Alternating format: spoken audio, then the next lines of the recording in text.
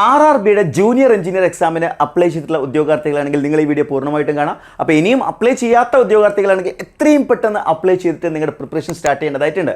അപ്പോൾ ഇത് എന്തുകൊണ്ടാണ് നിങ്ങൾ എത്രയും പെട്ടെന്ന് തന്നെ സ്റ്റാർട്ട് ചെയ്യണമെന്ന് പറയാനുള്ള റീസൺ കൂടി പറയുകയാണ്. അതായത് ഇത്തവണത്തെ RRB JEE എക്സാം നിങ്ങൾ ഈ ഒരു തമ്പനയിൽ കണ്ട പോലെ തന്നെ the exam is coming up earlier than expected എന്നുള്ളതാണ്. അതായത് ഇത്തവണത്തെ RRB JEE എക്സാം ഒരു പക്ഷേ ഞാനിത് കൺഫേം ആയിട്ട് പറയല്ല, എന്തുകൊണ്ടാണ് ഇങ്ങനെ പറയുന്നത് എന്നുള്ളതിൻ്റെ റീസൺ അത് നിങ്ങൾക്ക് ജെനുവിനായിട്ട് തോന്നുകയാണെങ്കിൽ, ലോജിക്കലായിട്ട് തോന്നുകയാണെങ്കിൽ നിങ്ങൾക്ക് ആ ഒരു ഈ സജഷൻ എടുക്കാവുന്നതാണ്. അതായത് RRBയുടെ ജൂനിയർ എഞ്ചിനീയർ എക്സാം ഇത്തവണ നമ്മൾ എക്സ്പെക്ട് ചെയ്തതിലും നേരത്തെ നടക്കാനുള്ള എല്ലാ സാധ്യതയും നിലനിൽക്കുകയാണ്. അതിൻ്റെ ഒരു പ്രധാന കാരണമായിട്ട് ഞാൻ പറയാൻ പോകുന്നത്, ഇപ്പോൾ കഴിഞ്ഞ പ്രാവശ്യത്തെ ട്രെൻഡ് നമ്മൾ നോക്കുകയാണെങ്കിൽ ഒരു 4 to 5 months എന്ത് ചെയ്യാറുണ്ട്, എല്ലായ്പ്പോഴും എക്സാംസിനിടയിൽ കിട്ടാറുണ്ട്. ഇപ്പോൾ നമ്മൾ നോക്കുകയാണെങ്കിൽ 2018 29/12/2018 അപ്പോൾ ഇതിൻ്റെ ഒരു online closing of online registration ഉണ്ടായിരുന്നത് 31/1/2019 ആണ്. എക്സാം നടന്നത് ജൂൺ 26 മുതൽ 28 വരെ. അപ്പോൾ അവിടെ നോക്കുകയാണെന്നുണ്ടെങ്കിൽ ആ ഒരു എക്സാമിൻ്റെ ഇടയിൽ കൃത്യമായിട്ട് പറയുകയാണെങ്കിൽ ഏകദേശം ഒരു 6 മാസത്തെ ഗ്യാപ്പ് അവിടെ വന്നിട്ടുണ്ട് അല്ലേ. 6 മാസത്തെ പ്രിപ്പറേഷൻ ടൈം അവിടെ വന്നിട്ടുണ്ട്. അപ്പോൾ അത് കഴിഞ്ഞ് ജൂലൈ ഓഗസ്റ്റ് വെറും 1.5 മാസം മാത്രമാണ് എന്ത് ചെയ്തിട്ടുള്ളത്, CBT 2 എക്സാമിൻ്റെ ഇടയിൽ വന്നിരിക്കുന്ന ഒരു ഗ്യാപ്പ് എന്ന് പറയുന്നത്.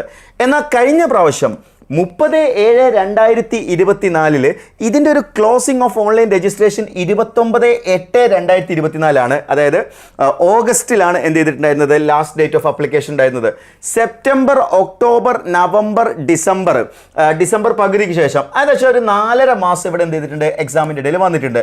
അപ്പോൾ ഇവിടെ നമ്മൾ നോക്കുകയാണെങ്കിൽ ഇവിടെ 4.5 മാസം എക്സാമിൻ്റെ ഇടയിൽ വന്നിട്ടുണ്ട്. ഓക്കെ, അത് കഴിഞ്ഞ് സെക്കൻഡ് എക്സാം അതിന് ശേഷമുള്ളത്, അതായത് സെക്കൻഡ് ടയർ എക്സാമിനേഷന് ജാനുവരി, ഫെബ്രുവരി, മാർച്ച് ഒരു 3 മാസത്തിൻ്റെ അടുത്ത് എവിടെ എന്ത് ചെയ്തിട്ടുണ്ട്, അത് മാറ്റിവെച്ച എക്സാമാണ്. ഇത് ചേഞ്ച് ചെയ്തിട്ടുണ്ട്. 3 മാസം ഒന്നും വരാൻ സാധ്യതയില്ല, അതും നമുക്ക് 2 മാസം എന്നുള്ള രീതിയിൽ തന്നെ കാണാം. അപ്പോൾ ഈ ഒരു ട്രെൻഡിൽ നിന്ന് ഒരു കാര്യം നിങ്ങൾക്ക് മനസ്സിലായിട്ടുണ്ടാവും. അതായത് നേരത്തെ 6 മാസം ഉണ്ടായിരുന്നു, എന്നാൽ അത് പിന്നീട് 4.5 മാസമായിട്ട് കുറഞ്ഞിട്ടുണ്ട് കഴിഞ്ഞ വർഷത്തിലേക്ക് എത്തുന്ന സമയത്ത് അല്ലേ. അത് ഈ തവണ അതേ പാറ്റേൺ ഫോളോ ചെയ്യുകയാണെങ്കിൽ അതിലും കുറഞ്ഞ സമയം കൊണ്ട് ഒരു പക്ഷേ 4 മാസം കൊണ്ടോ 3 മാസം കൊണ്ടോ ഈ എക്സാം കണ്ടക്ട് ചെയ്യാനുള്ള ഒരു സാധ്യത നിലനിൽക്കുന്നുണ്ട്.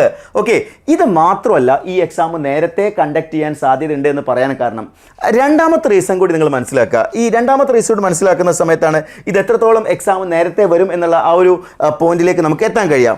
അതായത് RRBയുടെ ജൂനിയർ എഞ്ചിനീയർ എക്സാമിൻ്റെ, അതായത് RRBയുടെ എല്ലാ എക്സാംസിൻ്റെയും ഒരു കലണ്ടർ റെയിൽവേ ഓൾറെഡി പബ്ലിഷ് ചെയ്തിട്ടുണ്ട്. ഓക്കെ, അപ്പോൾ അങ്ങനെ പബ്ലിഷ് ചെയ്തപ്പോൾ ജൂലൈ, സെപ്റ്റംബർ മാസങ്ങളിലാണ് നോൺ ടെക്നിക്കൽ പോപ്പുലർ കാറ്റഗറി NTPCയുടെ എക്സാംസ്, ഗ്രാജുവേറ്റും അണ്ടർ ഗ്രാജുവേറ്റും ഒക്കെ പറഞ്ഞിട്ട് അതിൽ തന്നെയാണ് junior engineer and depot material superintendent, chemical and metallurgical assistant ഈ പോസ്റ്റിലേക്ക് വേക്കൻസി അസസ്മെന്റ് അപ് ടു 30/9/2026 പറഞ്ഞിട്ടുണ്ട്.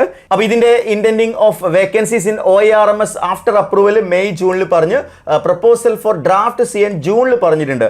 സാധാരണ ഡ്രാഫ്റ്റ് CN കഴിഞ്ഞാൽ തൊട്ടടുത്ത മാസം ഒരു ജൂലൈയോട് കൂടി തന്നെ നോട്ടിഫിക്കേഷൻ നമ്മൾ പ്രതീക്ഷിച്ചതാണ്. ഓക്കെ, എന്നാൽ ജൂലൈയിൽ വരേണ്ട നോട്ടിഫിക്കേഷൻ നോക്കണേ, ജൂലൈയിലാണ്, അതായത് ജൂലൈ അല്ലെങ്കിൽ ഒരു സെപ്റ്റംബറിലെങ്കിൽ നമ്മൾ എന്ത് ചെയ്തിട്ടുണ്ടായിരുന്നു, നോട്ടിഫിക്കേഷൻ പ്രതീക്ഷിച്ചു. കാരണം ഇതിൽ പറഞ്ഞിരിക്കുന്ന ലാസ്റ്റ് ഡേറ്റ് എന്ന് പറയുന്നത് സെപ്റ്റംബർ ആണ്. അപ്പോൾ അതും കഴിഞ്ഞ് ഒക്ടോബർ 31 നോട്ടിഫിക്കേഷൻ വന്നിട്ടുള്ളത്. അതായത് സെപ്റ്റംബറിൽ വരേണ്ടത് സെപ്റ്റംബറും കഴിഞ്ഞ് ഒക്ടോബർ 31 വന്നിട്ടുള്ളത്. അതായത് നമ്മൾ പ്രതീക്ഷിച്ചതിനെക്കാട്ടിലും ഒരു 2 മാസമെങ്കിലും ഈ എക്സാം എന്ത് ചെയ്തിട്ടുണ്ട്, ലേറ്റ് ആയിട്ടാണ് അതിൻ്റെ നോട്ടിഫിക്കേഷൻ വന്നിട്ടുള്ളത്. ഒരു പക്ഷേ RRBയുടെ ഡിപ്പാർട്ട്മെൻറ്റ് അല്ലെങ്കിൽ റെയിൽവേ റിക്രൂട്ട്മെൻറ്റ് ബോർഡ് ഈ എക്സാമിൻ്റെ ഒരു കലണ്ടർ പ്രഖ്യാപിച്ചതിൽ വന്ന എന്തെങ്കിലും എന്താണ് അവർക്ക് ആ ഒരു പ്രോസസ്സിൽ വന്ന ഡിലേ കൊണ്ടായിരിക്കും ഈ നോട്ടിഫിക്കേഷൻ വരാൻ വൈകിയത് എന്നുള്ള കാരണം കൊണ്ട് എക്സാം വൈകിക്കൊള്ളുന്ന യാതൊരു നിർബന്ധമില്ല. ഒരു പക്ഷേ അവർ എക്സാം എന്ത് ചെയ്യുകയാണ്, കുറച്ചുകൂടി നേരത്തെ കണ്ടക്ട് ചെയ്താലും നമ്മൾ അത്ഭുതപ്പെടേണ്ടതില്ല. അതായത് ഈ ഒരു എക്സാമിനേഷനിൽ, അതായത് ഇപ്പം നിലവിൽ ഞാൻ പറഞ്ഞു 6 മാസം ഉണ്ടായിരുന്നത് അത് 4.5 മാസമായി, പിന്നീട് അത് 3 to 4 എന്നുള്ള രീതിയിലേക്ക് എത്തി. അതൊരു പക്ഷേ 3 മാസത്തിൽ തന്നെ വരികയാണെന്നുണ്ടെങ്കിൽ, ഇപ്പം നിങ്ങൾ നോക്കുകയാണെന്നുണ്ടെങ്കിൽ ക്ലോസിംഗ് ഡേറ്റ് വരുന്നത് 30/11 ആണല്ലേ. അങ്ങനെയാണെങ്കിൽ 30/12 ഡിസംബർ, അത് കഴിഞ്ഞ് ജാനുവരി, അത് കഴിഞ്ഞ് ഫെബ്രുവരി കഴിഞ്ഞ് മാർച്ച് ഫസ്റ്റ് വീക്കിൽ തന്നെ എക്സാം കണ്ടക്ട് ചെയ്യാനുള്ള സാധ്യതയാണ് നിലവിലെ സാഹചര്യത്തിലുള്ളത്.